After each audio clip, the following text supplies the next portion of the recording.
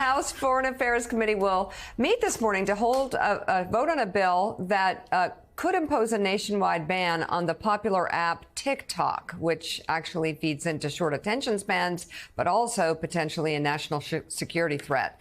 If passed, it would require the Biden administration to penalize companies up to and including a ban that knowingly transfer data to any, quote, foreign person who may be working for the Chinese government. In a hearing yesterday, the committee's chairman, Mike McCall of Texas, said the time to act is now. And he believes anyone who has the app on their phone has given the Chinese government permission to access all their personal information. TikTok is a modern-day Trojan horse of the CCP used to surveil and exploit Americans' personal information. In other words, it's a spy balloon in your phone. And I have no doubt the PRC will look to weaponize this intelligence as they seek to upend the global balance of power in this great generational competition. It's time we put an end to the hostile efforts of the CCP to exploit Americans and their personal privacy.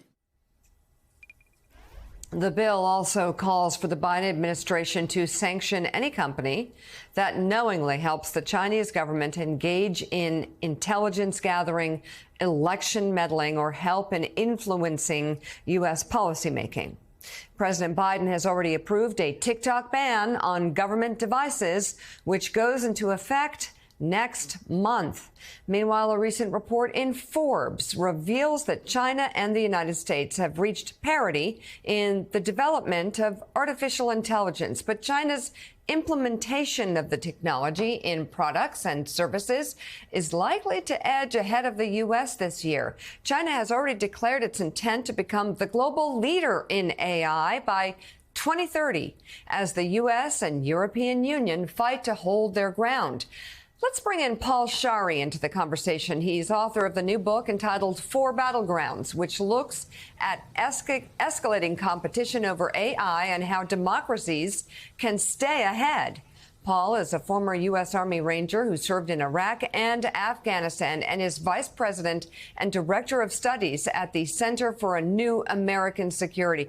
It's great to have you on the show. So you talk about these four battlegrounds, of course, in your book, and they are they include data, computing power, talent, and institutions.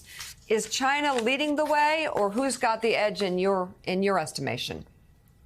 Thanks. Well, as you said, China has declared their intent is to be the global leader in AI by 2030. I take them very seriously at that challenge. The U.S. has been ahead in AI for the last several decades. That's why we see innovations like ChatGPT coming out of AI labs. But as that study pointed out, China is in many ways ahead of the U.S. in deploying and using AI technologies. China has half of the world's a billion surveillance cameras using things like facial recognition.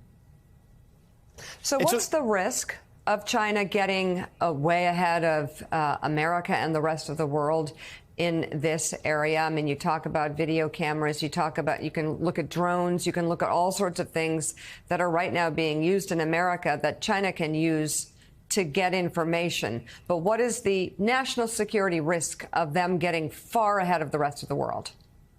Well, the risk is that technology is a key enabler of political and economic and military power. China's leader, Xi Jinping, has said that science technology is the main battleground of global power rivalry. And so the risk is that by leading in technology, China then has the ability to translate that leadership into economic and military advantages around the world. They're able to lead in AI and set the terms for how AI is used. The very troubling uses of things like facial recognition and other AI technologies for repressing citizens. And the U.S. needs to push back against some of these illiberal uses of AI technology. Good morning. It's fascinating. How are we to think about the relationship between American and Chinese AI researchers? You framed this as a kind of opposition, but there's also this kind of intricate and intimate connection between the research on the research side. So talk a little bit about that. Absolutely. The U.S. and Chinese AI research ecosystems are deeply intertwined. And we've seen that the U.S. government has been working to try to pull them apart in recent years.